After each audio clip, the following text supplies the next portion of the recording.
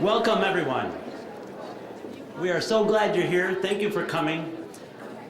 My name is John Lund. I am a Lutheran pastor in town. I serve Lutheran campus ministry here in Missoula and in the community of University of Montana. I'm also part of the Western Montana Spiritual Development Council. This is a group that is made up of many communities of faith and congregations within the area. It's shared leadership. It's open to anyone. The Spiritual Development Council's vision is to bring in national level speakers to Western Montana for the purpose of inspiration, learning, dialogue, and spiritual growth within our communities and within our region. We're honored and excited to have Jim Wallis with us tonight. And we are excited that you all are here. On behalf of Campus Ministries and the Western Montana Spiritual Development Council, thank you for coming and welcome. We especially welcome many of you who have come from out of town, who have driven to be here tonight, and we're really glad you're here. Thank you for coming.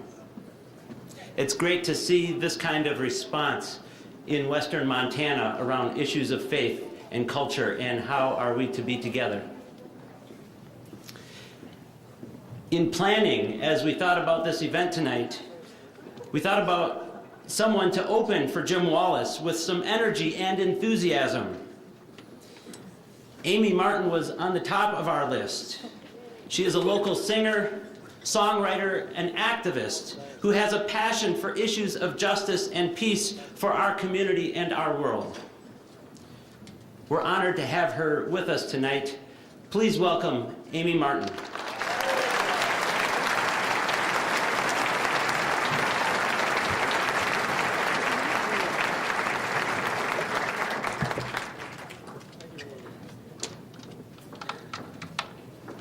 Well, thank you, John, for that nice introduction, and I want to make sure and acknowledge Megan, who is here signing. So, can we give her a hand?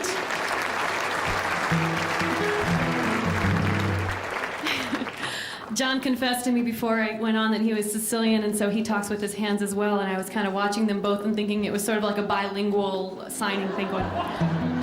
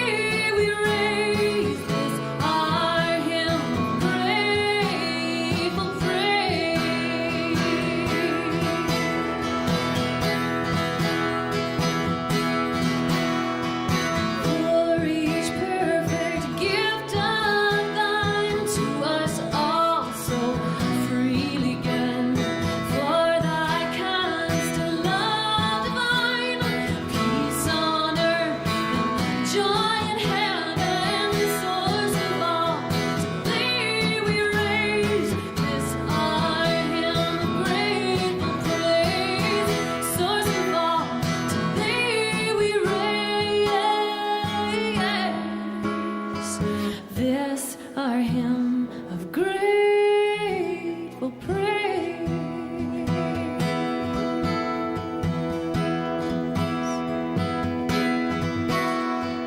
For the beauty of the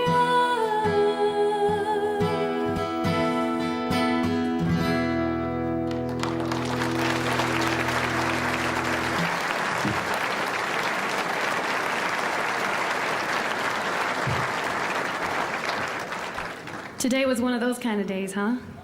Holy smokes. I was out at Blue Mountain and I was wandering around under one of those little Ponderosa parks kind of in the Falf area. Yes, even Falf courses can be places for spiritual enlightenment. And if you don't know what that is, it's Frisbee golf. I was just looking out down at the Missoula Valley and up into the rattlesnakes and over at Sentinel and Jumbo, and just struck by how amazingly lucky we are to be here on this planet, and to be here in Missoula where we have so many people that love this planet and that get out and feel it. And so go Missoula, aren't we cool?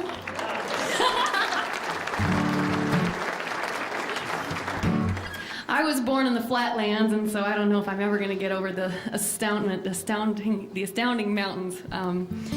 And speaking of being born in the flatlands, I was actually born on a farm, which relates to this next song. I'm not quite sure who is the narrator here. I just woke up one morning and started singing it, and it might be my mom, but I feel like more it's maybe like an ancestor from Wales like 200 years ago or something. But I'd like you to sing it with me if you could. It goes like this.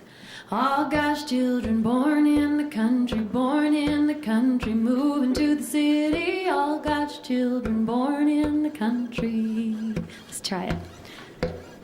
All God's children born in the country, moving to the city. All God's children born in the country. Something tells me you're church people, you can sing.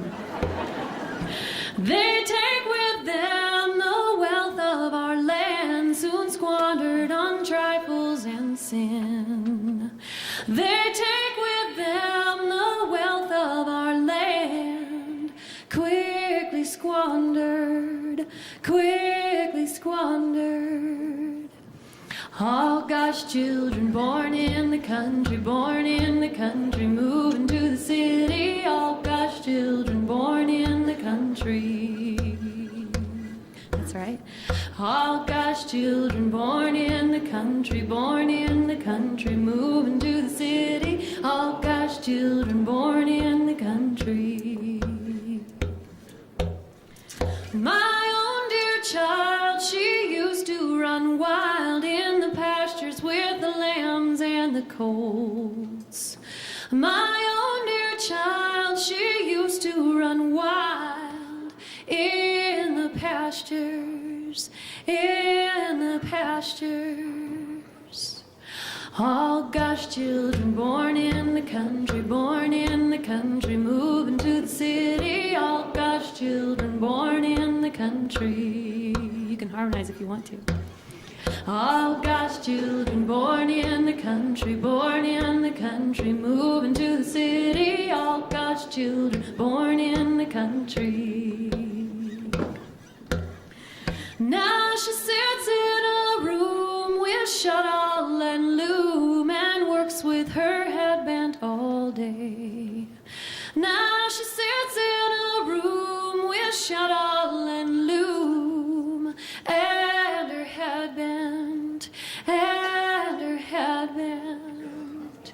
Come home, my child, come home, come home, my child, come home. Cut the threads and lay down the shuttle. Leave your city ways and leave the trouble in the town and come home. All God's children born in the country, moving to the city. All God's children born in the country. This is your last time. All God's children born in the country, country, moving to the city, all God's children born in the country. When you get here, we'll take down your hair and we'll call you by your given name. When you get here, we'll take down your hair and we'll call you by your name. Good singing. Thanks.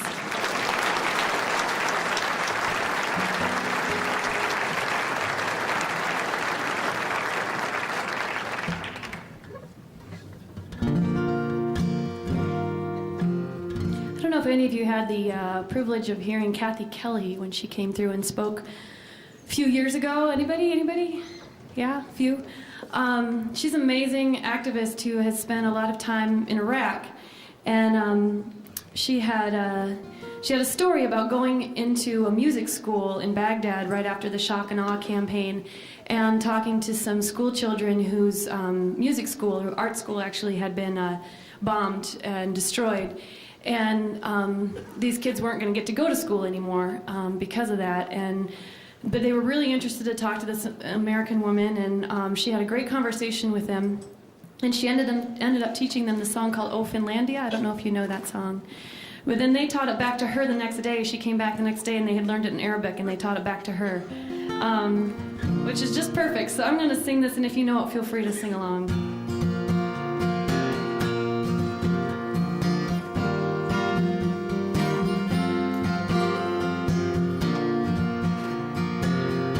This is my song, O God of all the nations,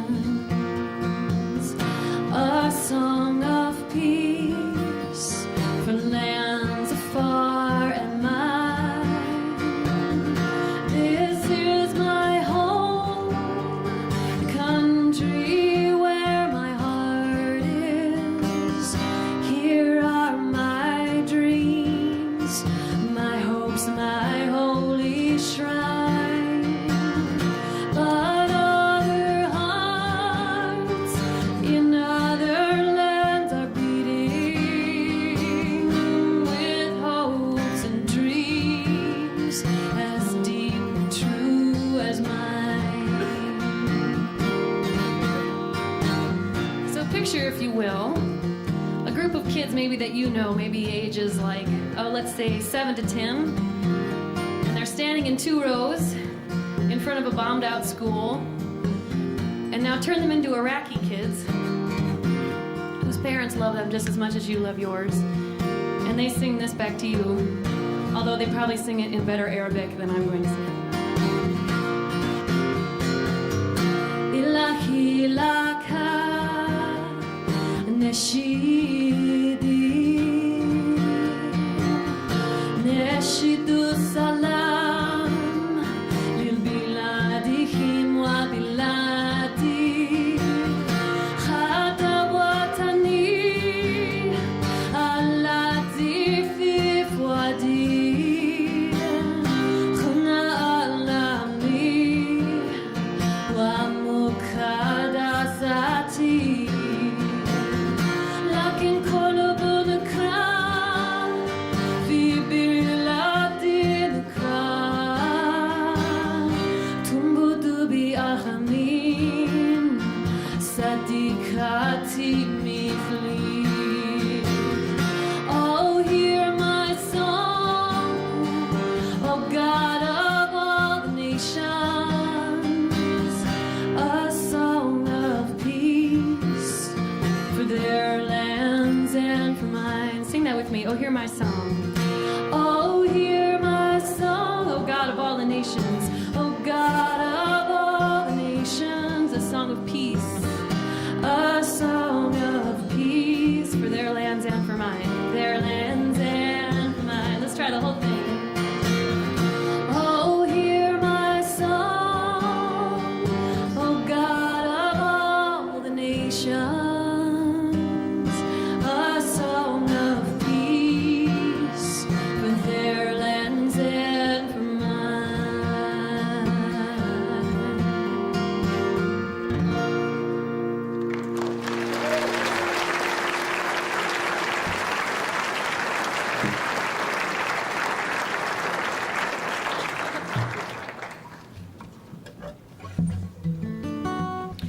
going to stick to questions of peace and war for these next two songs because it's just really on my mind right now. And it feels to me, from what I know about Jim Wallis, that he's somebody who's really trying to give up the old ways of making war, not just, kind of the traditional battlefield kind of war, but making war amongst different factions and within himself, and encouraging us to take that kind of leadership among groups that are supposedly on opposite sides of things. So I'm going to sing you a couple songs. This next one is kind of heavy, and the last one hopefully will get you dancing a little bit, or at least shaking in your seat. This is the first song I wrote after 9/11, and when I pray, I pray to a deity that I call Mama God. I don't really think it's anything different than anybody else's God, but that's the way that I call it. It works for me. And I was sitting out by the Rattlesnake Creek after 9/11, trying to figure out what the heck to sing or to say or to feel even. And I was struck by how easy it is to try and make war with the war makers, and how that's just a continuation of the same old story. So this is my internal struggle of trying to deal with that in myself. Dear Mama God, who art here on earth, I have a confession to make to you. I'm no different than the ones I criticize in these angry times. I am at war with them. Their arrogance and brutality astounds me. They think one murder justifies another. Help me, I'm so scared, Mother. I don't know how to fight them without becoming like them. She says you can't fight war with war.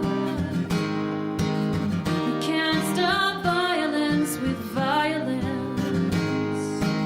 You can't conquer hate with hate. My daughter, look into your own heart and start there to make peace in a world of war.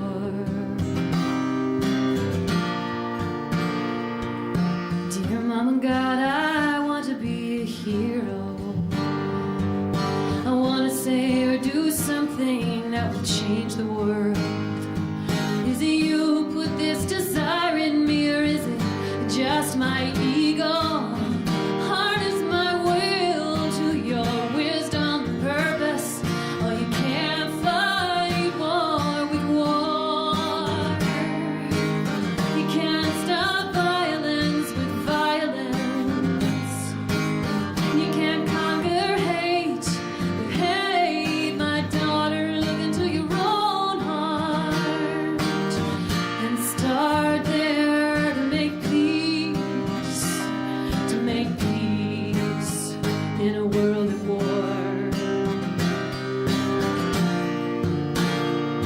Oh, forgive us our sins as we forgive those who sin against us.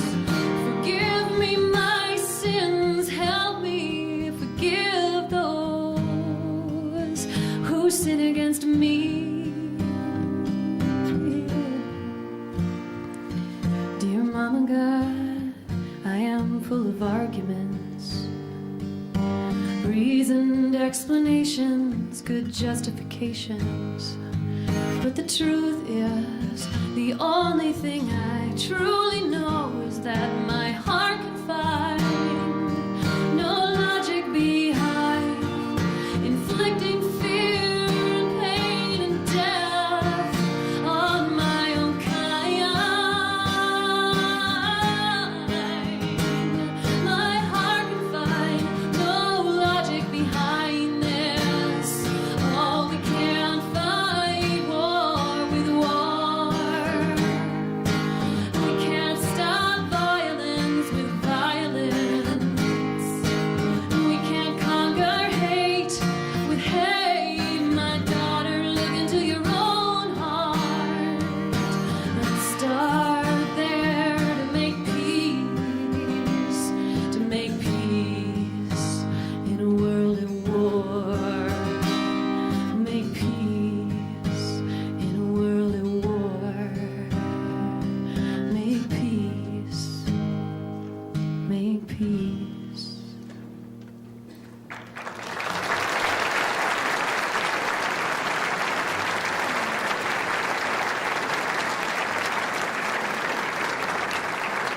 Well, thank you so much. It's a real honor to get to be here tonight. And I'm sorry, I forgot your name.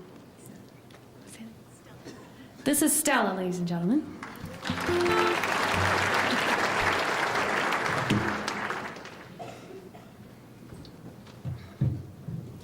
I felt badly because they asked me what I was going to be singing like a week ahead of time, and I was like, I don't often know even an hour ahead of time what I'm going to sing. But they are winging it, and I'm proud of their courage to do that. So thank you all so much for coming out tonight. I'm just going to sing one more song, and I'm going to hand it over to the guy you really came here to see.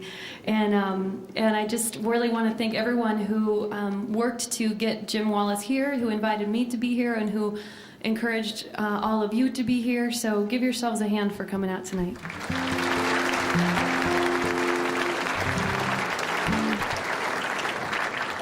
This is a brand new song, so new that I don't even know all the chords quite yet, so I'm going to have to stare into my lyric sheet here. It's literally, I think, 2 days old, and I just always do this to myself, just, I don't know, make myself nervous or something, but it's called What You're For.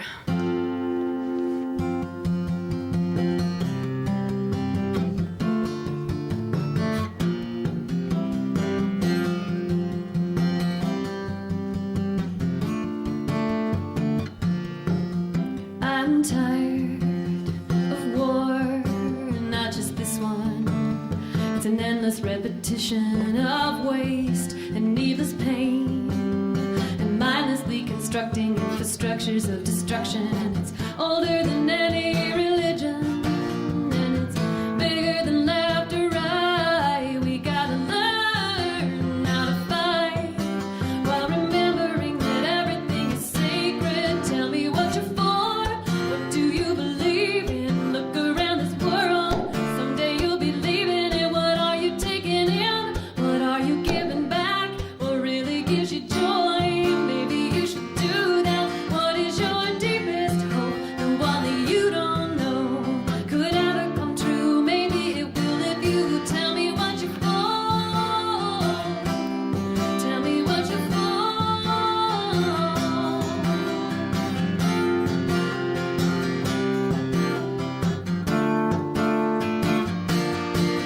Just think what we could do if we just chose a different dream to pour ourselves into, like a home for everything alive, like every person on the planet sleeping safely through the night. Maybe we'd lose interest in the battle if we built ourselves a different game, and maybe we'd lay down our swords and shields if we learned each other's names. Tell me what you're for. What do you believe in? Look around this world. Someday you'll be leaving it. What are you taking in? What are you giving back? What really brings you joy? Maybe you should do that. What is your deepest hope? The one that you don't know could ever come true. Maybe it will if you tell me what you're for. What you're for.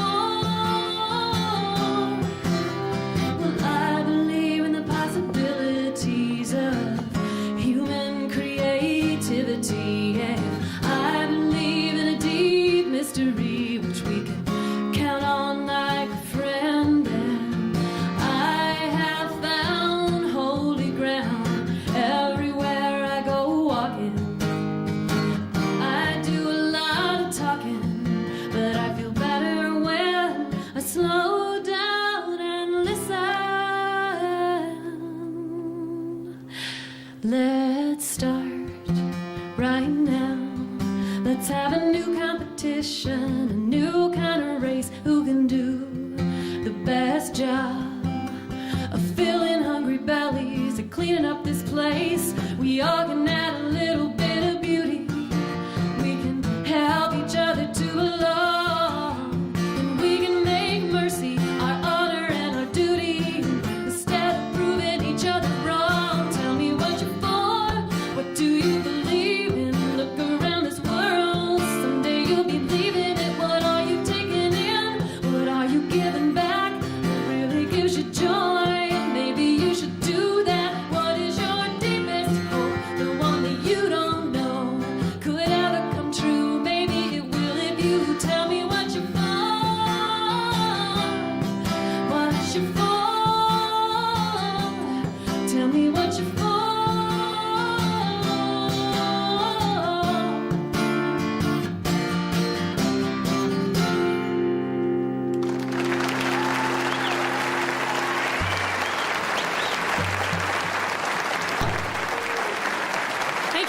much. Oh, thank you.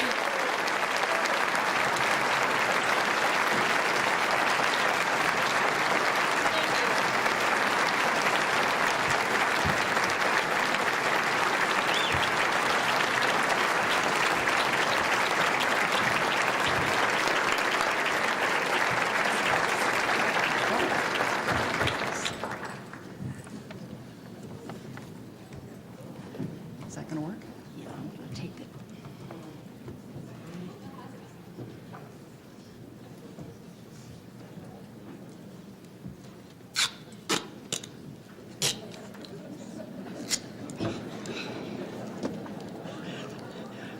KUFM, right? Yeah. It's KUFM, everybody. Sorry. Late and kludgy as usual.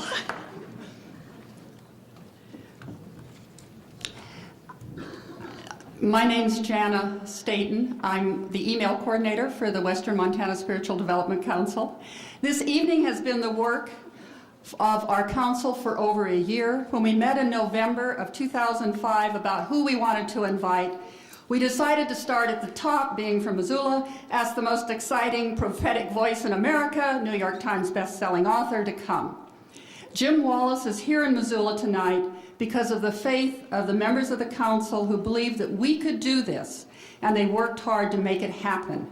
I would like everyone on the SDC email list, that's all 56 of you who are mostly here tonight, to stand up so we can thank you.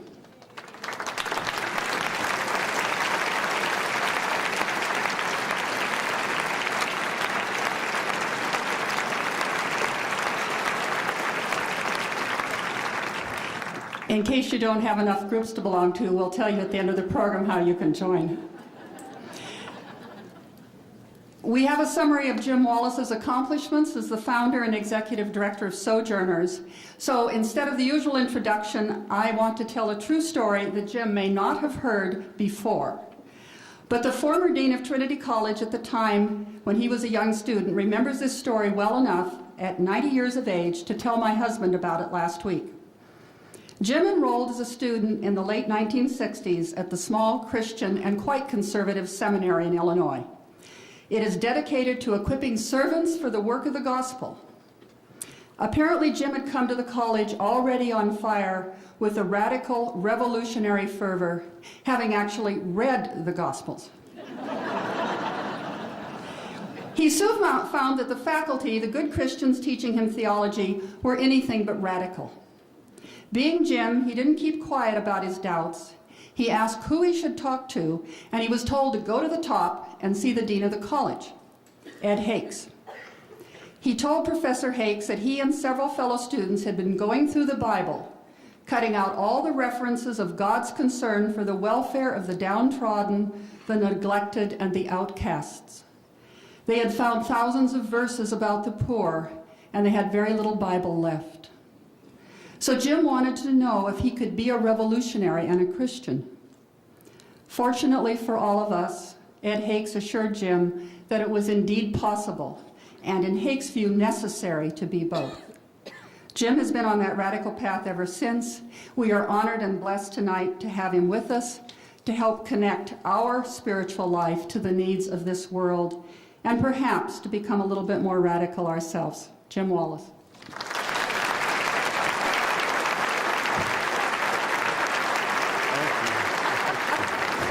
We have an email from that page.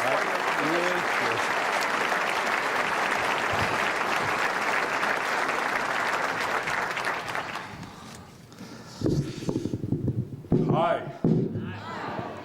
I thought I was going to spend the night in the Denver airport. I was there a very long time, and it was looking very doubtful and dismal. So I can say I'm really happy to see you. Let's give another hand for Amy Martin. What do you say?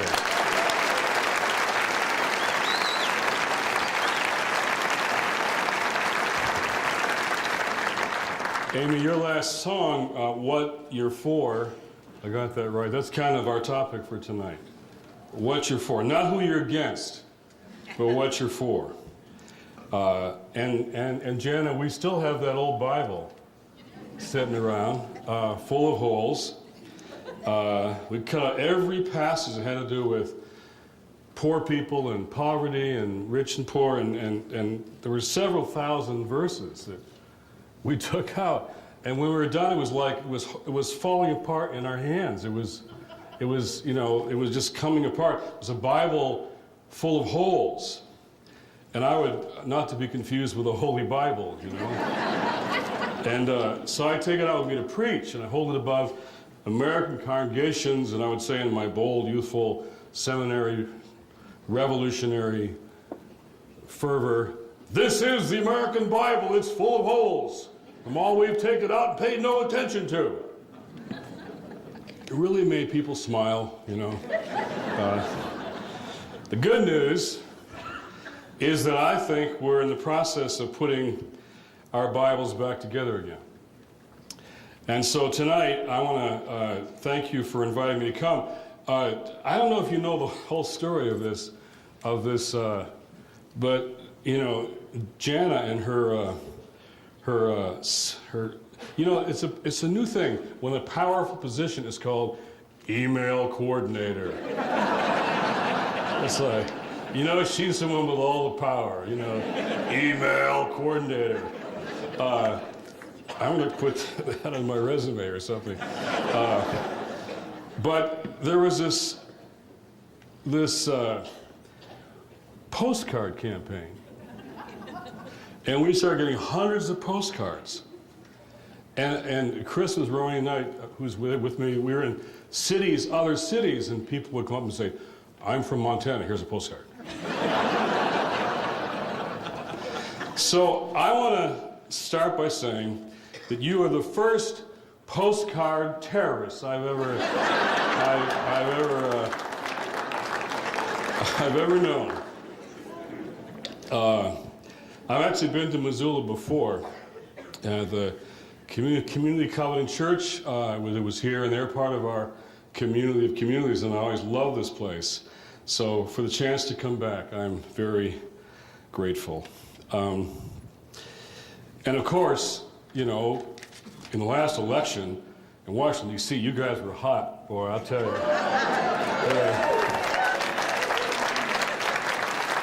I was in Ohio, and I met this older couple, and they said they'd just been to Europe, you know, and they were somewhere like Holland, and the people, I say, "What state are you from?" And they said, "Ohio," and the people in Holland say, "Oh, Swing State, you know? So the whole world knows about Ohio, but people we're watching, you know, Montana, you know, the Senate race in Montana. So you are I'm here, happy to be at the political epicenter of the universe.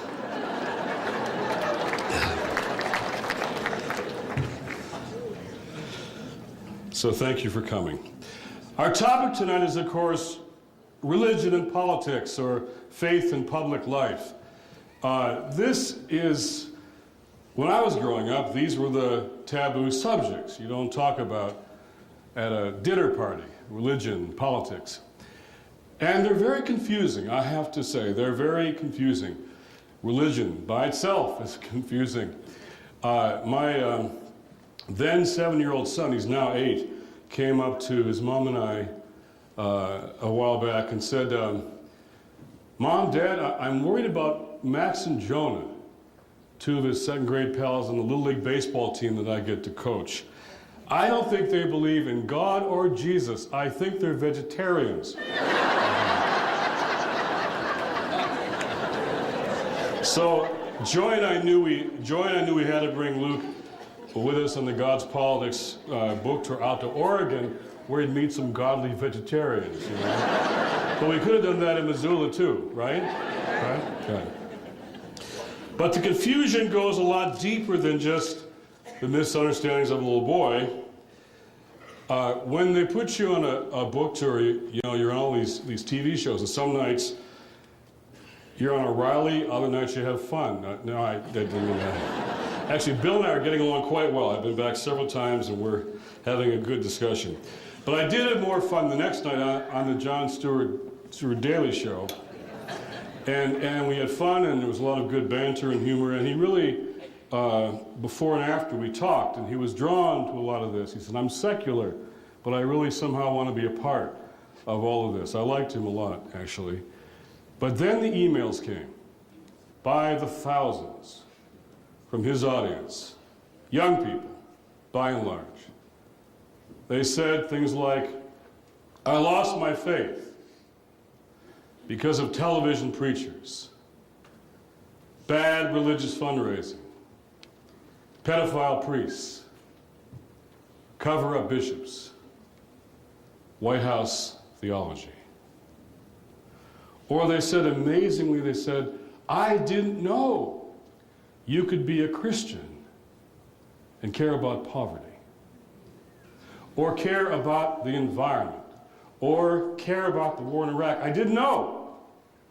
But when they heard, they got very excited, and I meet them in airports and hotels and just on the street. They come running up to talk, and they got very excited about the possibility of a faith that engaged the world. They got very excited. And I was in Detroit, my hometown, and I walked up to the check-in for a Days Inn, and this 19-year-old or so African-American kid is behind the counter, and she says, oh, Mr. Wallis, we're glad you're here. You have an upgrade at the Days Inn. Now, these are the moments you live for in the world. Can I show you to your room? I said, sure. It takes me back, and I said, I'm just curious, who gave me the upgrade? Well, I did. I saw John Stewart. I read your book. It was awesome.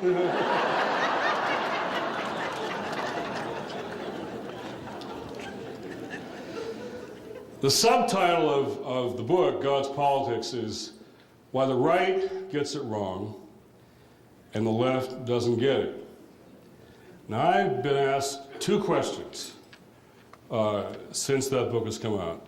And those are the ones I want to talk about tonight. The first question is, what has changed since the book has come out? And then, what's next? What's next? What has changed? A lot. Because what all this revealed was already there, and it just wasn't visible. There are millions of people who didn't feel in either category of religious right and just secular left. They didn't feel represented. They felt their voice was missing. I meet them all over the country. And they look around and they say, I didn't know there were so many people like me in my town. They all walk out saying, you know, I don't feel alone anymore. I don't feel alone anymore. What has changed? I was at Messiah College in Grantham, Pennsylvania this week. It's an evangelical Christian college, 2,000 kids in chapel, and they are ready to join something. A whole new generation of evangelical students, young people, and pastors have a much broader and deeper agenda now. They care about HIV/AIDS. They care about global warming, about global poverty. They care about Darfur, genocide in Darfur. They care about Iraq. They care about, they call it creation care. Today, I don't know if you saw, my old friend, Jerry Falwell. Today, he said, global warming.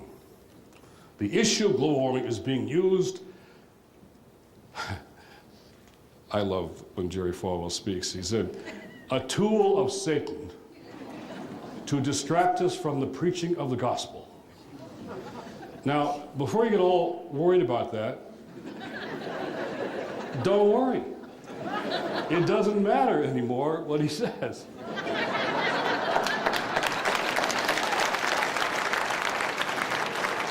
Because I meet these evangelical young people who are into creation care. They believe that climate change is a life issue too. And they're committed in their lives to stewardship of this earth that God has given us. As we flew in today, I said to Chris, I said, how could you not be an environmentalist if you lived in Missoula? You know? A lot of places where folks live, they don't really see much. It's true. My kids have to get me to look up at the sky back home. In urban centers, you just don't look up. And it's actually my kids that get me to look up at the sky back in Washington, D.C.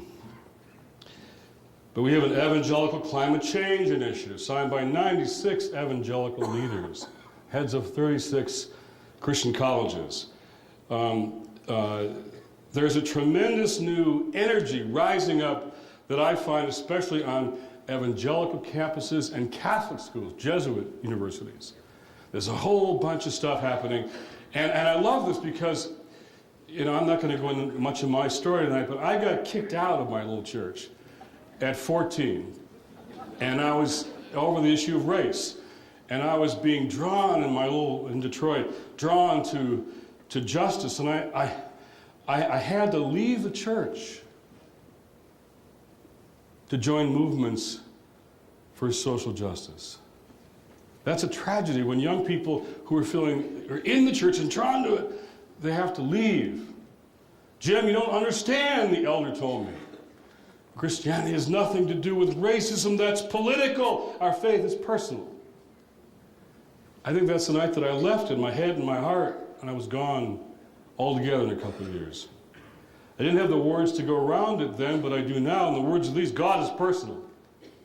God is personal, but never private.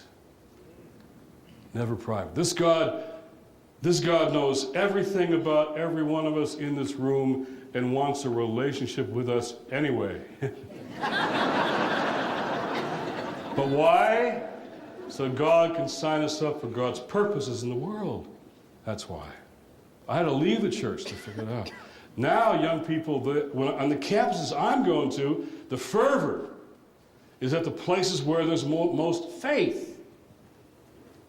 This is a faith-inspired new wave of activism now. And I teach at Harvard part-time, and there too. It's the faith groups that are leading the battles on Darfur, on homelessness, on HIV/AIDS. Something is happening in a new generation. They're stepping up. Their time has come, and they know it. That little Bible full of holes, we found 2,000 verses about poor people. And now Rick Warren of Saddleback, I'll be in Orange County tomorrow, and Rick Warren of Saddleback Church says, I've found those 2,000 verses. How did I miss them? 2 seminaries, PhD, how did I miss this purpose of God? He's now obsessed with Africa, pandemic diseases. He's discovered those missing verses. I see it happening all over the community. Catholics all over the place. Tomorrow I'll be in the Los Angeles Catholic Education Conference. 30,000 Catholics. Cardinal Mahoney has this thing every year.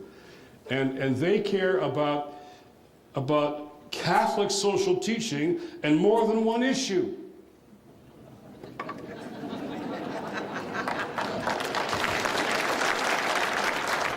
Cardinal Bernardin, I miss Cardinal Bernardin of Chicago.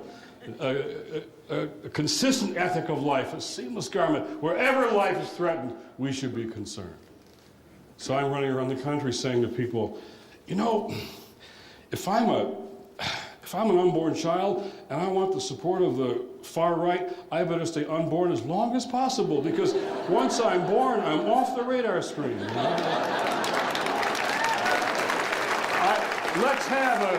Let's have a consistent ethic of life. That's what I hear Catholics say, a consistent ethic of life. A new generation of young black pastors that I just love, these who are tired of eulogizing the civil rights movement. They want to make their own history for justice. And Latino, Pentecostal Catholic ministers, Latinos and Latinas, and Asian American Christians who are moving beyond the sort of fearful timidity of their parents. They want to engage their communities, changing the face of our churches. And I've been in some synagogues where there is some serious worshiping going on. There's some rocking and rolling going on in these synagogues that match stuff in churches. There's renewal going on, Jewish renewal. And in my class at Harvard, I've got some young Muslim women who are going to be heard from. They have a very different vision of their religion than Osama bin Laden does, you know? And then, the new denomination is the spiritual but not religious. It's a denomination, I'm telling you. It's growing all over, probably big in Missoula, right? Now, Ben Cohen, the ice cream guy, tells me he's spiritual but not religious. I said, Ben, give him all free ice cream, you could be the bishop. You know? So he's thinking about it. Imagine pulling these powerful constituencies together. They are growing together. They are finding issues that motivate and mobilize their faith, their values, their convictions. It's a movement waiting to be born. Media, in the media now, there are more voices, more diverse voices. We started something called the Red Letter Christians. The reason we did that was I was in Nashville, and for the God's Politics book tour in Nashville, of course, you don't do a lecture, you do a concert. So we did Jars of Clay, Ashley Cleveland, Emmylou Harris all sang. I preached. We sold out the Bellacourt Theater twice in one night. It was a wonderful evening. But I got interviewed on the radio by a guy. I'm secular, Jewish, country music, songwriter, and disc jockey. But I love your stuff. I'm following this thing. I think it's a movement, but you got to have a name. I got a name for you. I said, oh, what's that? Remember, he's secular, Jewish, country music, songwriter. He's, call yourselves the Red Letter Christians. I love the stuff Jesus said in red. The rest I can do without. I love the red stuff. So Brian McLaren and Bob Franklin and Tony Campolo and Shane McLaren, Shane Claiborne, all these folks have started this thing, and we're just getting a lot of people out. Tonight we have, Jeff Carr from our place is on, pray for him, he's on Hannity and Combs.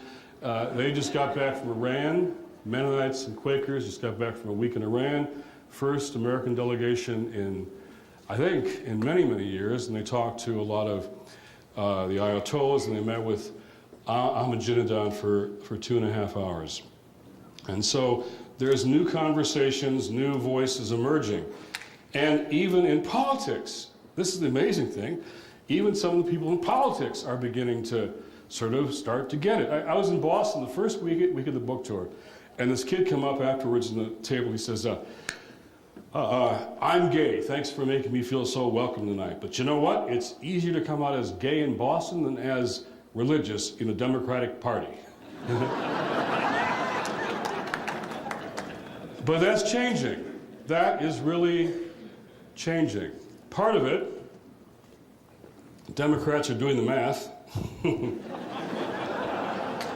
But part of it's a real soul searching on behalf of many. And there are Democrats who have been religious who are coming out of the closet themselves. And I spoke to the Democratic state chairs right after the election. And, in Jackson Hole, actually, your neck of the woods, sort of. I mean, that's kind of close, right? And afterwards, we talked about faith and politics and values. Afterwards, it was an amazing scene. And all day I was there, started saying, I'm a Presbyterian, I'm a Baptist, I'm a Catholic, I'm a Jew, I'm a Unitarian. They were testifying. Even the Unitarians were testifying. But then, really important to me is those who said, I'm secular. But I didn't feel kicked to the curb tonight. Because you said this is a moral discourse on politics that we all need, and that we're all needed for. It's very important. Nobody feels shut out of this conversation. We have to have a moral discourse on politics. So in the New York Times article a week ago Sunday, New York Times Magazine, they just made the little point. They said, imagine who they called the four frontrunners, two Democratic frontrunners they named as Hillary Clinton, Barack Obama, Republican, Rudy Giuliani and John McCain. They said, imagine which two would probably feel most comfortable in church. Probably, they said, Barack Obama and Hillary Clinton. And you can imagine, the article said, John McCain and Rudy kind of squirming and looking at their watches, you know. They said, that's a bit of a change, isn't it? And I want to tell you, I'm talking to lots of Republicans as well. I'm talking to folks on both sides of the aisle who want a better conversation about how to apply faith to politics. And we're going to find some issues on which we can work together on, because I believe it's a principle for me. You find common ground by moving to higher ground. You find common ground by moving to higher ground. What's next? Well, let me tell you a religious joke and a political joke. Here's the religious joke. Two senators in the Senate dining room. One's a Republican and one's a Democrat. And they're having an argument about religion. The Republican says, you Democrats haven't got a clue about religion. You don't know a thing about it. You just don't get it at all. And Democrats say, we do too. We understand religion, we do too. Republican says, I got $20 that says you can't recite the Lord's Prayer. Democrat says, I sure can. And he began. Now I lay me down to sleep, I pray the Lord my soul to keep. Republican pulls out $20 and says, I didn't think you could do it, he said. Now that joke was told to me by my friend Richard Land, who is a conservative Southern Baptist, clearly on the conservative side, and he was making the point that it's silly now to talk about religion being on one side or the other. People of faith should not be in any party's political pocket. We should be the ultimate swing vote, holding both sides accountable. And the other joke is a political joke. There's a guy, I've heard this outside the country, never in Washington, but there's a guy drowning in the Potomac, 100 feet offshore, and he's going down. And the Republicans rush down to the riverbank and they see him going down 100 feet offshore. They throw him 50 feet of rope and say, the rest is up to you. The Democrats hear about this problem and the Republican failure to respond. They rush down. He's now really going down 100 feet offshore. Democrats throw him 200 feet of rope and let go of their end.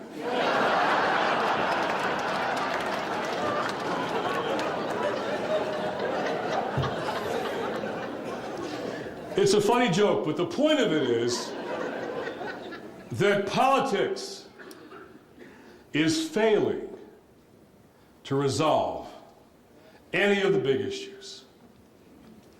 The deepest issues, the most important issues, all of them, politics is failing to resolve them or even address them. And I mean both sides of the aisle. Name them: global poverty, global warming, genocide, Darfur, all around the world, Iraq. I was in a meeting, it was the World Economic Forum at Davos, and Bill Gates and Melinda Gates were over there, and they were talking about, in a discussion, education. 800 million kids, 800 million kids are not getting any education at all. It would cost $10 billion to educate per year 800 million kids. And the richest man in the world was trying to figure out with others how to put the money together, and it was a tough conversation. You know, Princess Rainey from Jordan was there, and they got lots of money, and how are we going to make the money? That's 5 weeks of Iraq. 5 weeks of Iraq. Politics is failing to resolve the big issues. When politics is failing to address the big issues, what normally happens is social movements rise up. Movements to change and move and transform politics. Always, politics is changed by social movements, and the best movements always have spiritual foundations. That's what I think the hope is right now. The possibility of movements. Lyndon Johnson was not a civil rights leader until Martin King and Rosa Parks made him one. It's time for us not to think about who our favorite candidate is. That's important. I'm not diminishing that. It's time to think about what does it mean to build a movement for change. That's what I want to talk about here tonight. I was invited to speak at a place a while back. Not a great, so this is like a town meeting you've got here in Missoula, and it's great, or a university or a church. It was a different kind of environment. I got a letter from the prisoners at Sing Sing, the inmates. Come talk to us. Sounded interesting, so I wrote back and I said, sure, I like the idea. When do you want me to come? So this young prisoner, young brother, writes back on behalf of his friend. He says, well, we're free most nights.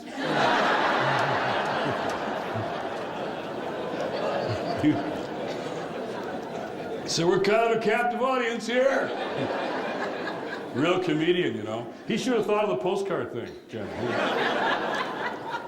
But so I went, we worked it out, and the warden was very generous and gave us a room in the bowels of that infamous prison. You know the term up the river? That's Sing Sing, up the Hudson River. And they left me alone in the room in the bowels of Sing Sing with 80 guys for 5 hours. And I'll never forget that night. And something was said to me that night that I will always remember. A young man said, you know, Jim, all of us, the whole prison almost, we're from just about 4 or 5 neighborhoods in New York City. Almost the whole prison. 4 or 5 neighborhoods. It's like a train, he says. He said, you get on the train when you're 9 or 10 years old, and the train ends up here at Sing Sing. What a metaphor, a fast-moving urban train, starting in only certain zip codes, ending up at inevitable destinations. There's a song in that, Amy. But this guy, this young kid, had had a conversion, a spiritual conversion. He's part of the New York Theological Seminary program training Masters of Divinity behind the walls of prison. Only one like it in the country. And so you graduate when your sentence is up, you know? And he was about to go out and he said, when I get out, I want to go back and stop that train. 2 years later, I'm in New York City leading a town meeting on poverty. Guess who's up front? MC, back home, stopping the train. You know, this is a young man. He was poor before prison, then he was a prisoner, which means the bottom of the bottom. Yet he's got something that I don't think we all really get. He's got the idea that faith is for the big stuff. The really big stuff that seems too much for us. It's more than we can handle. It's overwhelming. The odds are against us. That's why we call it faith. My Bible says you got the faith the size of a grain of a mustard seed. What can you move? Mountains. They know their Bible here in Missoula, don't they? We got some mountains to move. 30,000 kids died today, and yesterday, and will tomorrow, because of lack of clean drinking water. Diseases none of my boys and their friends will die of, and no food. That's what Bono calls stupid poverty. 3 billion people, half the world's population, live on less than $2 a day. We can't even imagine that. The life expectancy between the rich places and the poor places in the world, as Rick Warren's discovering, is now, the difference is now 40 years. Death is now a social disease. These are mountains. We shouldn't underestimate what we're up against. These are mountains, and they've got to be moved. And I think it's going to be faith that moves the mountains. It has before, and I believe it will again. There are two great hungers in our world today. One is the hunger for spirituality. The other is the hunger for social justice. And the connection between the two is the one the world is waiting for, particularly a young generation. In an affluent country, the search for spirituality, if not disciplined by the struggle for justice, can become narcissistic. Go to Borders, go to Barnes & Noble. You see walls of books about how to be spiritual, whole, and healed, and healthy, and prosperous, and balanced for a price. Spirituality as one more commodity to consume, unless it is disciplined by the struggle for justice. But the struggle for justice, if it isn't nourished by spiritual roots, can lead to despair, anger, burnout, even violence. Putting these two together is what always changes us and the world at the same time. Joy and I took Luke, who knows now about godly vegetarians. We took him to a movie just Friday night, the opening night of this new film, Amazing Grace, story of William Wilberforce, a British parliamentarian who wrote the anti-slave trade legislations, 200 years now, and this movie commemorates that. And I warned him, I said, now, it was his first kind of grown-up movie, and I said, now, it's not Star Wars, and just no action scenes, and it's real important, though. And he's sitting next to me, and he kept asking questions, and at the very end, I said, well, what'd you think? He said, Dad, I think that was the most important movie I've ever seen. It depicts how this young parliamentarian, kind of a young Barack Obama type rising star, gets converted in the Wesleyan revivals. And John Newton, who played by Albert Finney wonderfully in the movie, is the one who wrote Amazing Grace, the song. And when he said, how sweet the sound that saved a wretch like me, he wasn't suffering from existential angst. He was a captain of a slave ship, and he got converted, came to faith, and he became an abolitionist. And how he mentors this young Wilberforce. And I love a scene in the movie where there's a group of abolitionists, and they're trying to persuade Wilberforce to take on this battle, and he's being drawn to God and to prayer and interestingly enough, to the environment in the middle of that century. And he said, I'm trying to struggle. And this woman next to him at dinner, an abolitionist, she says, he said, I'm trying to decide between serving God or being a politician. She says, with all respect, I think you can do both.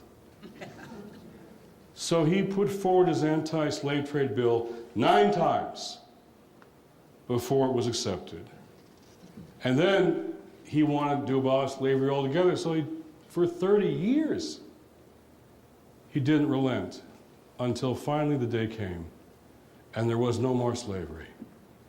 And Wilberforce died 3 days later because his work was done. Faith became real, and it changed the society. The church historians, when they talk about revival, you've heard the word revival, they don't call anything revival until it has changed the society in some way. Changing your inner life is good. It's not revival. Getting your family life in order, that's all good, but it's not revival, say the historians. It's got to change the society in some way. Charles Finney 19th century evangelist. I love Charles Finney. I'm kind of a 19th century evangelical born in the wrong century, because back then the evangelicals led the battle against slavery, for women's suffrage, for child labor law reform. Finney was the great evangelist, and he used the altar call to sign up his converts. Of course, in our day, the Reverend Dr. Martin Luther King Jr. But don't just understand Dr. King as a civil rights leader.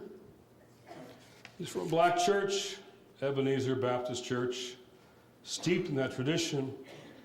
Then he was trained with the best theological education that the East Coast had to provide. Then he got involved in a bus boycott. 26 years old, he got the job as the head of the campaign because he was the youngest minister in town and didn't have many enemies yet. But the best recent book about King's pilgrimage I would recommend to you is Stuart Burns' To the Mountain, the Sacred Journey of Martin Luther King Jr. Let me read you just a passage from the Burns book. This is the story of what would later be referred to as Martin's kitchen table conversion. Around midnight, says Burns, as he struggled to sleep, the phone rang one more time. Listen, nigger. An ugly voice crackled over the wire. We're tired of you and your mess now. If you run out of town, in 3 days we're going to blow your brains out and blow up your house. He paced the bedroom floor in angry fear and then walked across the hall to the kitchen and heated some coffee. He tried to find solace in what philosophy and theology had taught him about the meaning of evil. Could there be good without evil? Could there be redemption without sin? No answer came to shake his despair. Nothing relieved the fear in his gut. He was ready to give up. I got to the point. I couldn't take it any longer, he recalled in a sermon the summer before his death. I was weak. Something said to me, you can't call on Daddy now, as he had in past troubles. You can't even call on Mama now. You got to call on that something in that person that your daddy used to tell you about. That power that can make a way out of no way. He had to call on the Holy Spirit's power to help him through. The church had been so much his home all his young life that he had never stepped outside of it far enough or boldly enough to forge his own relationship to God. Not that of his father or mother or Ebenezer Baptist in Atlanta. He discovered at this midnight hour that religion had to become real to me, he said. Not merely the hand-me-down family business. I had to know God for myself. With my head in my hands, says King, I bowed down over that cup of coffee. Oh yes, I prayed a prayer. I prayed out loud that night. The words I spoke to God that midnight are still vivid in my memory. Lord, I'm down here trying to do what's right. I think the cause we represent is right, but Lord, I must confess that I'm weak now. I'm faltering. I'm losing my courage. I'm afraid the people are looking to me for leadership. I can't let the people see me like this, because if they see me weak and losing my courage, they will begin to get weak. I'm at the end of my powers. I have nothing left. I've come to the point that I can't face it alone. At that moment, King continued, I experienced the power, presence of the divine as I never had experienced before. I could hear an inner voice saying to me, Martin Luther, stand up for righteousness, stand up for justice, stand up for the truth, and lo, I will be with you, even until the end of the world. I heard the voice of Jesus saying still to fight on. He promised never to leave me, never to leave me, never to leave me alone. No, never alone. No, never alone. He promised never to leave me alone, never to leave me alone. For a Wilberforce or a King or every one of us, I think if we want to move the mountains, our faith has got to become just that real. I'm known more as a social activist than an evangelist, but I've come to believe that we're never going to get to social justice without a revival of faith. We're just not going to get there. It's too big. But I know that this has happened before and can happen again. It won't happen by just picking the right issues or just doing education or making good policy choices or having the best strategy. We need the fire, the passion, the strength, the perseverance, and the hope, which is necessary for social movements to win, to change politics. Without that, it's just a debate over issues and ideas and power. And when the going gets tough or risky or dangerous, many people will give up or just go back to watching television unless they've learned to tap the deep resources of faith. Desmond Tutu in South Africa once said to me, I asked him, it was during the worst time, the most difficult time, the darkest time. Nelson Mandela was in jail. There was no hope at all, it seemed. And he was facing enormous pressures every day. How do you keep going? I asked him. He said, oh, I got a letter last week. There are these women in America. They live in a cloistered convent. They're religious women, and they wrote me and they told me they get up every morning at 4 a.m. just to pray for me. Just for me. With those women and their prayers behind me, I can deal with P.W. Botha. And he meant it. He meant it. I think we're reaching that kind of time again when faith has so long in recent years, it's been, when people hear, faith and religion, it's been this, they almost cringe sometimes, this wedge, this divisive weapon being used against a wedge to divide us. What if it could become a bridge to bring us together on the really big stuff? You see, I'm convinced that that which has been seen as so much of a problem, this religion thing, could become such a part of our solutions. And a younger generation is getting this. I expected a lot of college students on the road, but I didn't. They kept looking younger to me. How old are you? 15. You in school? Yeah, freshman, high school. There he is by himself. No mom and dad. There with his friends just to listen. 14, 13. In Minneapolis, as a little girl at the book table, I said, how old are you? She says, I'm 11. I said, you're 11. I stopped the line because I wanted to hear what she had to say. What made sense to you tonight? I asked her. She said, well, I think we're just going to have to change the world. I said, really? She says, yep. I said, who's going to do that? I think people like me. So I told her story the next night in Tacoma, Washington, right? And sure enough, at the table is even a younger little girl. And I look up and she grins. She goes, 9.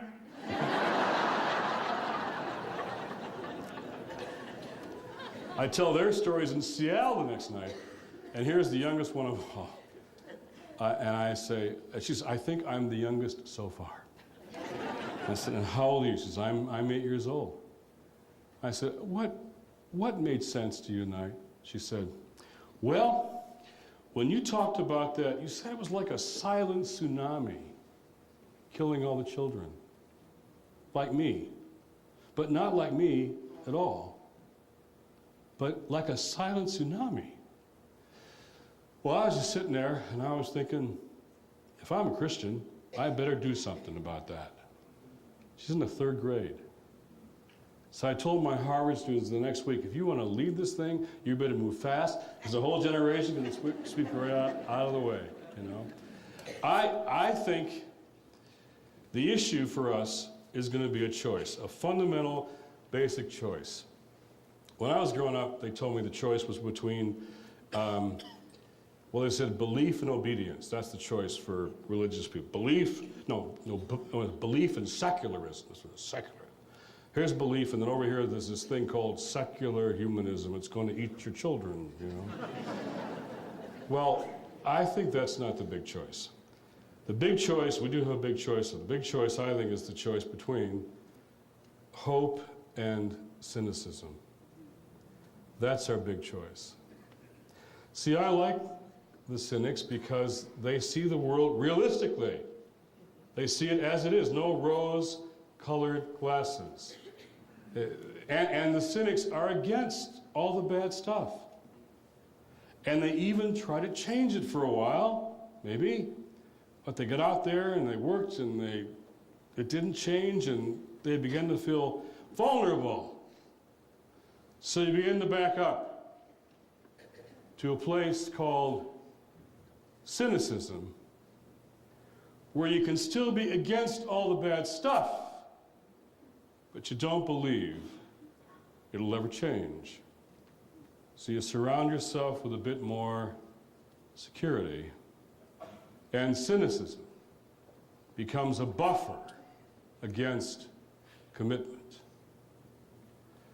There are a lot of folks, good folks that I know, activist folks, they're against the bad stuff, but they no longer believe it could ever change. Hope, on the other hand, isn't a feeling or a personality type. Hope is a decision. It's a choice you make because of this thing that we call faith. My Bible says faith is the substance of things hoped for, the evidence of things not seen. Or my best paraphrase is still, hope means believing in spite of the evidence, and then watching the evidence change. We went to Atlanta at the end of the book tour, and you know, for a preacher, Atlanta is like a candy store. Preaching is an art form in Atlanta. And I got to go back to one of my favorite places, Ebenezer Baptist Church. And Joe Roberts, the pastor who was about to retire, said to me, "Welcome to the new Israel, the new big sanctuary. You've been to the old Israel, this is the new Israel." He reminded me of the time that I went for the first time, back when they had the first legal holiday for Dr. King, first time a long time ago, and when they decided to make it a national holiday, Ebenezer invited this young white preacher to come. And I was excited, but I was terrified because of going to that place. And I got in the pulpit, and sure enough, I was overwhelmed by the pulpit. Martin Luther King Jr. had preached here. Daddy King, his father, had preached here. The whole movement had been here. What was this young white kid doing in that pulpit? I was a little tepid. I started by saying something like, well, Martin Luther King Jr., well, he was for justice and peace, and probably we should be too. I mean, it was powerful. It was really powerful. And this voice boomed at me from the lower left side, boomed back at me, "Oh, help him, Lord, help him!" "Come on, young man, you're supposed to preach!" So I did a little bit. "Oh, you're not there yet!" He was the amen corner of Ebenezer Baptist Church. And he welled me and mercied me and amen me and preach it, brother me. He, call and response, black church that I've grown to love. He just wouldn't quit until I was prancing and proclaiming and sweating. And I preached my heart out. And afterwards I ran down there. And I ran to him. I said, "You just pulled that sermon out of me." And he stood up, Deacon Johnson. Tall man, put his hands on my shoulders and said, "It's okay, son, I've raised up many, preacher, in my time." Deacon Johnson has passed now, I was told by Joe Roberts. But I was reminded of how this deacon had pulled out my best stuff. And that pulpit at Ebenezer Baptist Church pulled out our best stuff as a people. We Americans got some bad stuff in us. And bad religion pulls out our worst stuff. our divisions, our fears, our prejudices, our hostilities, even our violence. Good religion pulls out our best stuff. Our compassion, our hunger for justice, our yearning for peace. It's time to put the bad religion away and not even attack it anymore. It's time for good religion. It's time for our best stuff. It's time to know what we're for, like Amy sang. I want to give you a commission from a young woman, dear friend of mine, who was extraordinary. She was a young kid from my city, my blocks, my streets, my neighborhoods. She was a kid who was so smart. She went to Yale and got a PhD. And when you're young and black and female with a PhD from Yale, you can go wherever you want to go.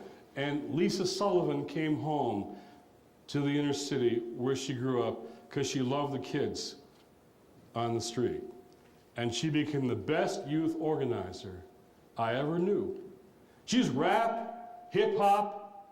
She loved, she confronted, she held, she scolded, she was a fundraiser, organizer, what they say in the nonprofit world, capacity builder. She was a star. She was the future. She was on my board, and she was my friend. And I got a call one night that Lisa's heart had a heart ailment that nobody knew about, including Lisa. And in 3 weeks, she was gone. So Marion Wright Edelman of the Children's Defense Fund and a bunch of us literally held each other at her gravesite and just wept because she was the future. But she leaves us a legacy of a lot of kids' lives being changed, but she leaves us some words that I want to give to you. When people would say to Lisa, Lisa, the problem is too big. The drugs, the violence, the guns, the apathy, the corruption, it's too big. The streets, and we're too small. Our staff, our organization, our budget, our faith is too small. And Lisa, we don't have any Martin Luther King Jr.'s anymore. We don't have any leaders anymore. Lisa would get mad, really mad. Don't say that, she'd say. Don't say it's too big and we're too small, and never say we don't have any leaders anymore. Don't you understand, she'd say. Don't you understand? And these were her words. We are the ones that we have been waiting for. We are the ones that we have been waiting for. Whenever a people understands that, get a glimpse of that, never takes a majority. Majorities never change anything. They just go along in the end. It's always creative, dynamic, risky, faith-filled minorities who change everything. It's happened before. It can happen again. I think it's beginning to happen now. Hope means believing in spite of the evidence and watching the evidence change. Missoula, you may be just the ones that we have been waiting for. Thank you and God bless you.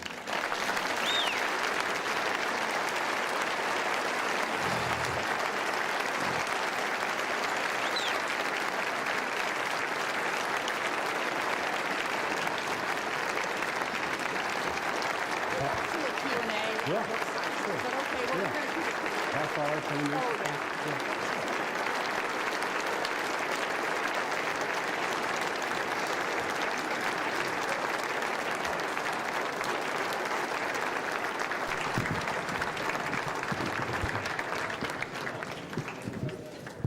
It's on, okay.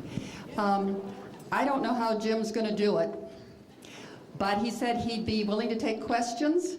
Some of you I know have to leave, so I want to tell you as you go out, we have a spiritual development table by the back door. Amy Martin's CDs and Jubilee Break the Chain CDs are also available. Sojourners has magazines. You can get a free copy of the magazine Sojourners. And we are going to be passing the email sign-up forms. They've asked us to do this. We get a little rebate if you sign up and you're a new email subscriber to sojo.net. So if you want to do that, you get great commentaries from Jim. You can listen to him or read him every day, and you don't have to travel around and find him again. So if you're interested, we'll be passing clipboards. And there is a table with books. There's a few copies of God's Politics left. After the question and answer, Jim is willing to sign whatever I guess you can give him for a brief period of time, and we'll have the table up here in the front. Everybody got that clear? Okay. So for those of you who have questions, we thought we needed a little authority, and we really want questions, not statements. And so we're going to ask Sister Doris to come up from Christ the King, because we want a little oomph up here. And I can't think of anybody who's a more commanding presence than Sister Doris. She's not Sister Doris. I'm just faking it. Okay, Doris? No, Doris up here.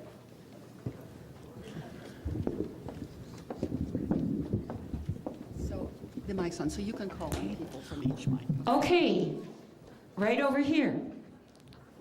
Jim, I'd like to preface my question by saying that I very much appreciated reading someone who could put into words an issue I was seeing, but I didn't have the language to say what you've said. But reading your brochure from Sojourner, I'm concerned to say that you are asking people to contact Project Vote Smart as the determiner of whether or not a candidate should be supported by the population. And I don't understand how you, what is the standard? Why is Project Vote Smart the litmus test of whether or not a candidate should be supported by a Christian? Well, I'm not sure what Project Vote Smart is. Our voting guide that we did last time is simply a number of principles that they have nothing to do with a candidate. We don't name candidates. We don't evaluate them. They're principles that we think arise from faith that we want people to think and pray about before they make their choices. So we've never identified, I don't know what that project is, but we don't identify with any voter guide that's a partisan voter guide. It's about principles for us. That's all we've ever done. Thank you. Let's take this young man over there. Yes. When I read your book, I was a student at Liberty University last year and got the wonderful privilege of hearing Jerry Falwell once a week at least. And anyway, when I read it, I got a chance to sit down to a couple of professors there and talk to them about it. And one of the statements that they gave me, one professor individually, he told me, he said, Nathan, if you're not a liberal at 20, you don't have a heart, and if you're not a conservative at 40, you don't have a brain. And he told me about how the generations in the past, he talked to me about, he said, you know, the activists of the 60s, he said, are exploiting people today. And he told me, he said, Nathan, your generation will sell out just like all the others have. He said, you guys will get older, you'll make money, you'll have kids, and you'll settle, and you'll become conservative and get a brain. And so I was wondering, how can, because it really bothered me when he said that, like, I don't want to be, you know, the person that sells out because I have kids, you know? I want to know how we can keep our generation from selling out, you know, like that, like others have, you know? What advice do you have that can keep us fervent about this? Well, that's an old adage, you know, that the heart and the brain. You know, for me, actually, having kids has made me even more focused on all of this. I think I care more deeply about the things that I've talked about tonight since I've got an 8-year-old and a 3-year-old. So for me, it's just taken it deeper. You know, beyond all those slogans, what really is happening historically usually is movements rise and fall. And I'm just saying, over these 3 decades plus, I'm sensing something. For a long time, it seems like we were fighting against a lot of stuff, and we still are. There's a lot of stuff going on that deserves to be fought against. But I think, and Amy's song did it, I think the world's looking for some people to be for some things. Washington, D.C., I talked to some students before this session.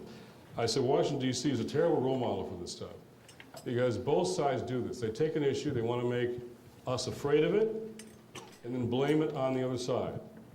Then take a poll to see who won the spin. The election is just the last poll. They never get back around to solving the problem. And it's a politics of fear and a politics of blame, and that adage is a politics of cynicism. America is hungry, I think, for a politics of solutions and a politics of hope. And I find that at every age group. You know, I should say, at these sessions we have, I have 90-year-olds who say, I like the 11-year-old story, but do you have any room for people like me? You know? And so I really think that kind of cynicism is the heart of the problem. And that can come from the liberal or the conservative side. I think hope is the most important political virtue. I really do.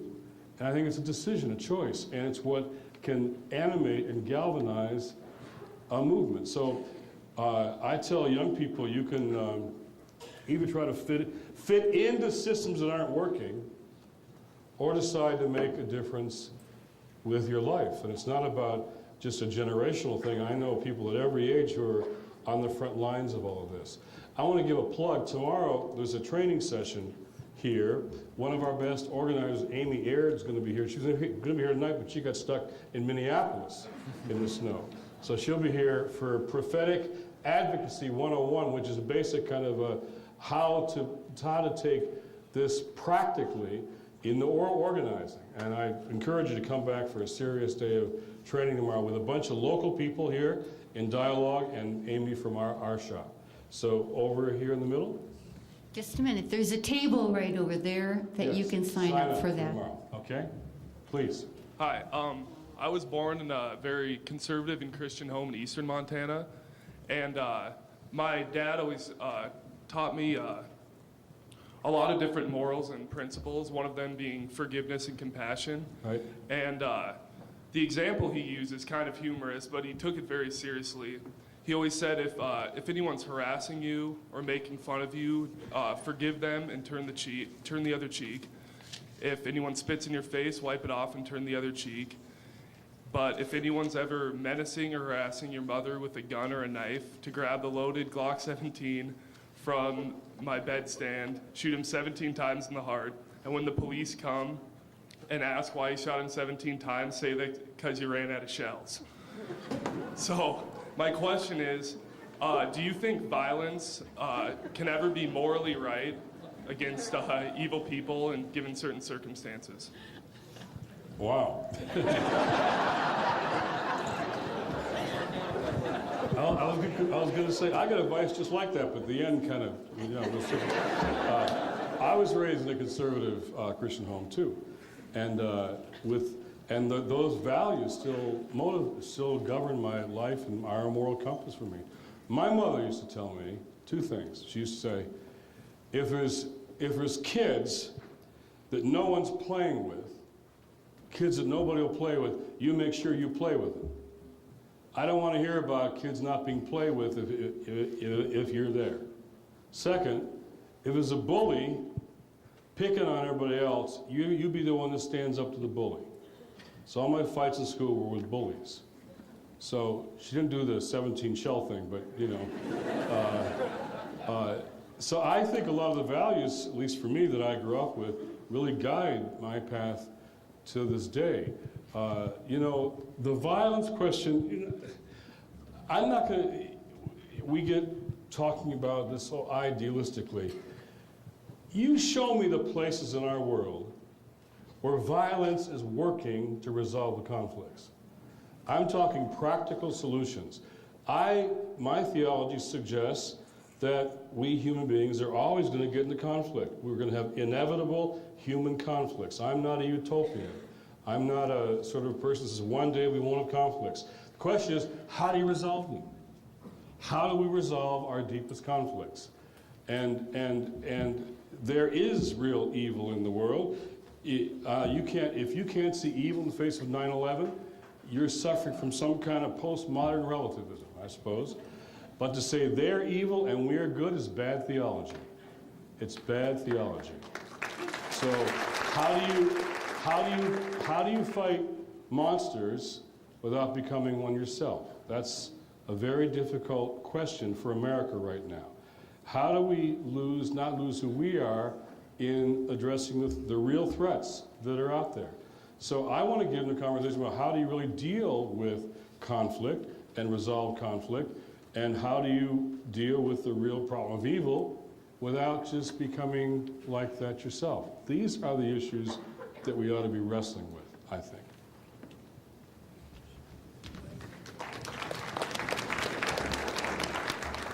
Who's next? Let's take one over there. In your book, you allude to mostly the right, kind of co-opting the name of God and kind of baptizing what it is that they believe and do. How do you and how do sojourners guard yourself against doing the very same things? Well, Abraham Lincoln really got this right when he said, don't ever say God is on your side. Rather, worry and pray earnestly that we be on God's side. That's a very different thing. Both sides do this. Both sides, I think, can baptize religion and God to support a pre-arrived at ideological conviction. That's why I like it when I'm kind of working with people on both sides of the aisle on things that we have in common. You don't have to agree with somebody on everything to work with them on some things. And the Micah text is still foundational for me.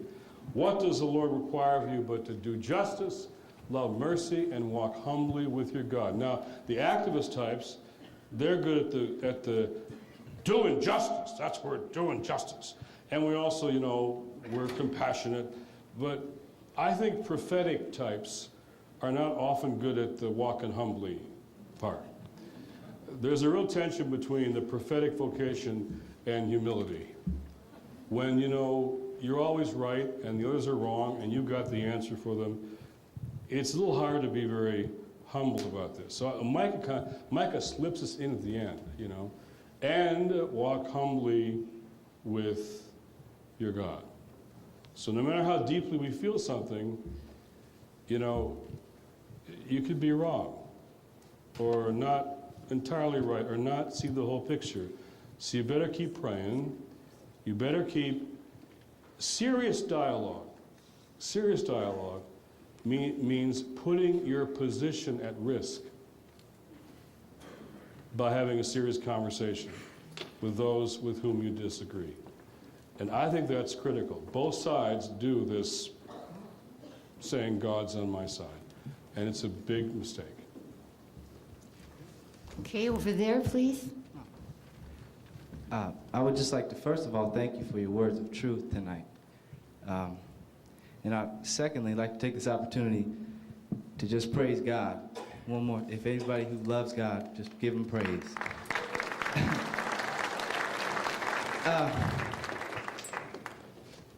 And that whole concept of justice has been on my mind these past few weeks. And I was wondering, what is justice exactly? And how, not only how can we achieve justice, but what is it? Is it equality? Is it freedom? So I was wondering your opinion, please. Well, that could occupy us for several hours. Yeah. But I like often the words justice and righteousness in Scripture are together. Often they're used interchangeably. I also like the Hebrew notion of shalom, which is much more than peace. Basically, it's justice deeply understood. It's right relationships. It's the establishing or restoring of right relationships. Things are, we get out of relationship with each other, with God, with the earth. How do we restore that sense of right relationship.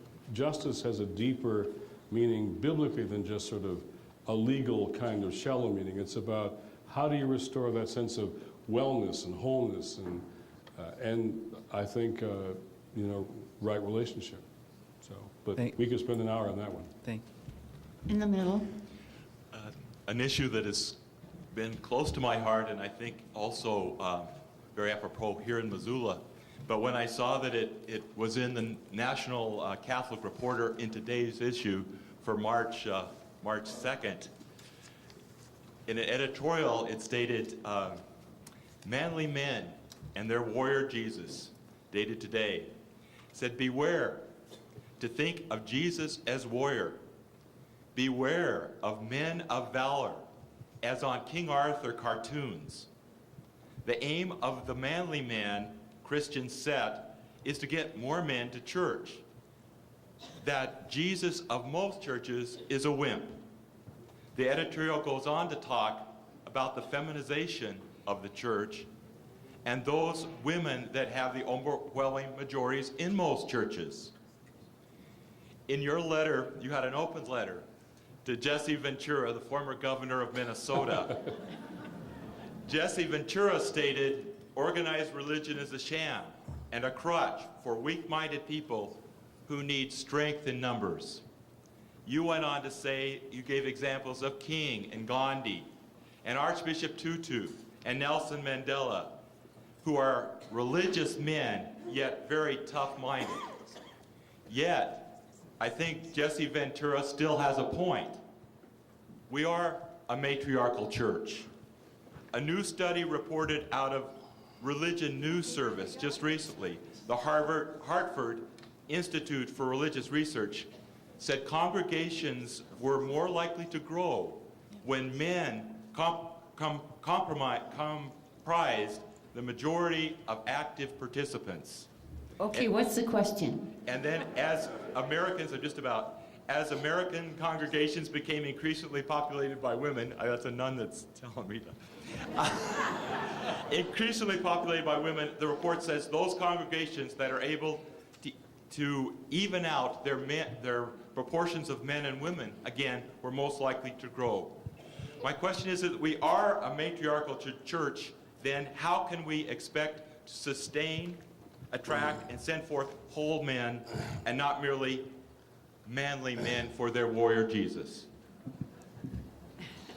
Well, I should point out, I also challenged Jesse Ventura to an arm wrestling match. Yeah, I saw that too. And never heard from him. So that's how much of a manly man he is. I don't know, all this stuff just makes me a little nervous. I know in most in places where people are poor and struggling, local neighborhoods and communities, the strongest warriors often are women in those neighborhoods. Catholic women, religious, and all kinds of moms who are battling for their kids in their neighborhoods. So, and the people I named there, I've seen a kind of strength in the nonviolent warriors that I've yet to see in most of our in fact, in the Wilberforce movie, when they won, an MP stands up and says, most of the men of valor who are given all the attention are also men of violence. And they have their accomplishments, but they're haunted with all of the casualties of their strength. And there are men like William Wilberforce, who shows a different kind of strength and can go home and put his head in his pillow tonight, knowing that there is no more slave trade. So I guess it's what you think strength is, what you think valor is. It usually has to do with believing in something strongly enough that you're willing to bet your life on it and give all you have for it. And You know, I find the warriors like that to be both women and men in this movement that we're trying to build.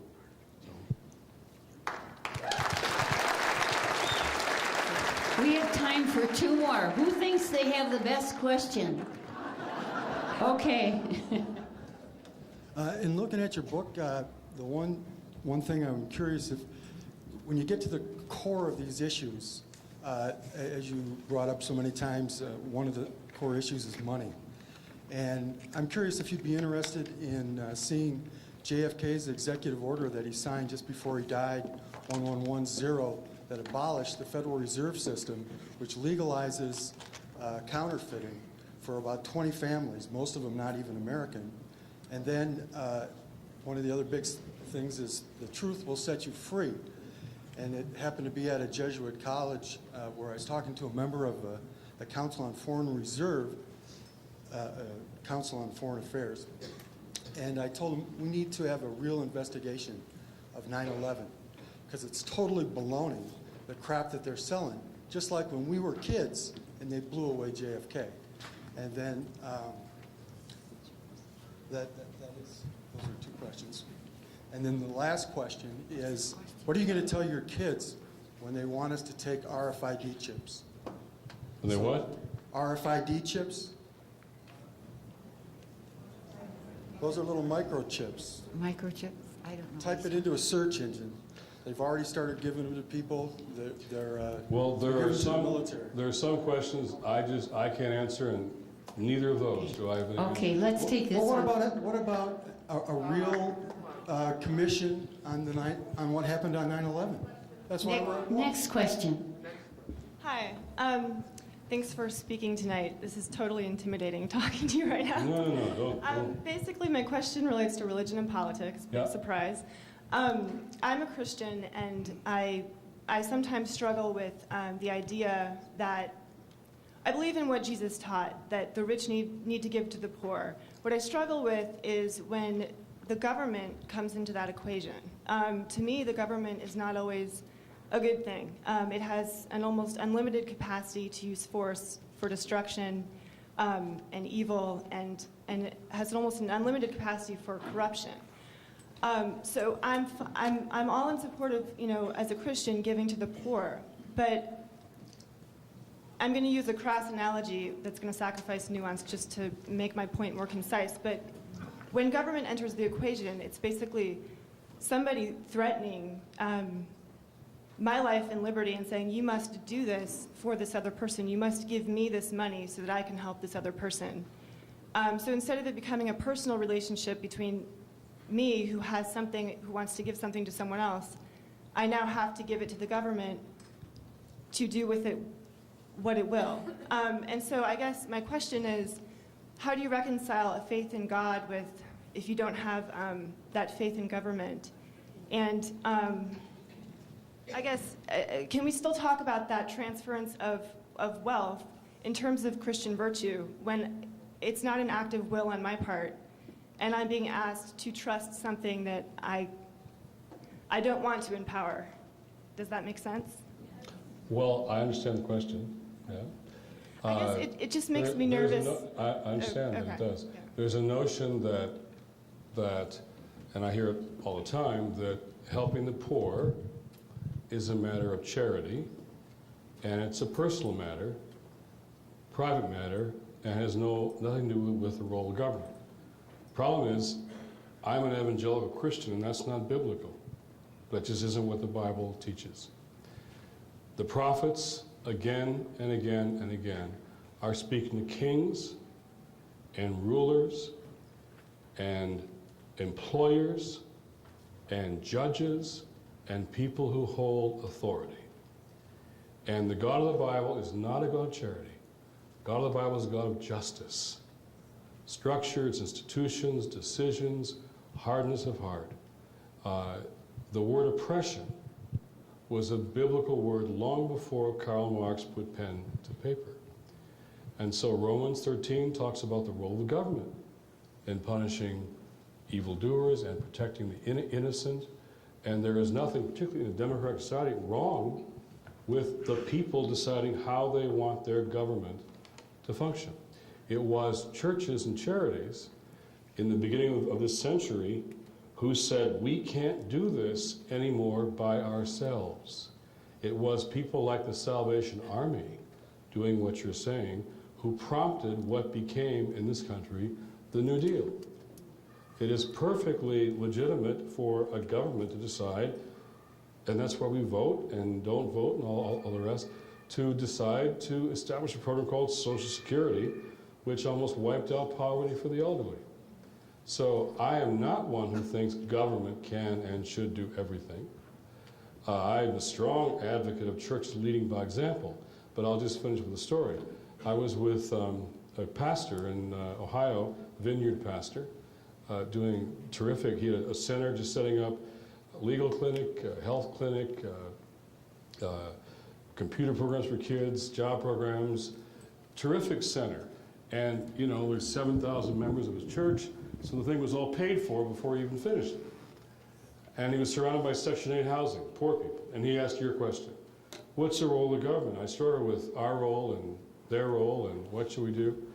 I said, well, you got three choices. One is you can provide these services for the poor who are around you. And then you can implicitly, explicitly support policies which say government has no role, and support policies which, in fact, what our government has been doing is a different kind of redistribution, where those who made more than $1 million last year got $146,000 in tax relief, while they're cutting programs for single moms and kids. That's a different kind of redistribution. You can support those policies and you'll create a disaster for poor people except for those who can swim to your island of hope. Second, you can say, as some liberals say, that government can and should do it all. There's no role for churches or citizens or faith-based organizations. Or you can say, we're going to lead by example. Lead by example. We're going to show you how to do legal services and medical services and job training and after-school tutoring. We're going to lead by example and then hold the authorities responsible, the mayor and the city council and the county commissioners and your member of Congress, for what they should do too. Lead by example and then offer prophetic leadership. The next issue of Sojourners, the whole issue, is about the role of government. What is a biblical role of government? Where we have a partnership, faith-based organization, the private sector, labor unions, and government. You take all the budgets of all the churches and the synagogues and the mosques in America, every dollar, spend it only on relieving poverty, no salaries for clergy. Every dollar, you'll fall far short of meeting the need. Churches can't provide health care for 47 million Americans. We can't provide jobs that pay a living wage. We can't provide affordable housing. We can't do that. We can lead by example. And I'll close with a metaphor that responds to that and the other questions too. I live in a town where the members of Congress, I often joke to people who come to lobby them, they walk around Capitol Hill. I said, here's how you can recognize a member of Congress. They're the ones who are walking around like this, with their fingers in the air. And they lick their finger to see which way the wind is blowing. And we think by replacing one wet-fingered politician with another, we can change a nation. And then it doesn't happen, and we get discouraged, and we withdraw. And King understood, and Gandhi understood, and all the leaders of movements understood, you don't change a nation by replacing one wet-fingered politician with another. You change a nation by changing the wind. You change the wind by leading and serving and acting in the ways that you're talking about and holding them accountable for serving the common good. Jeremiah said you seek the welfare of the city that you're in. Serving the common good is a biblical role for government. I want us not to be just service providers, nor just lobbyists. I want us to be wind changers. We are the ones who can change the wind, and that is worth living life for. Thank you very much.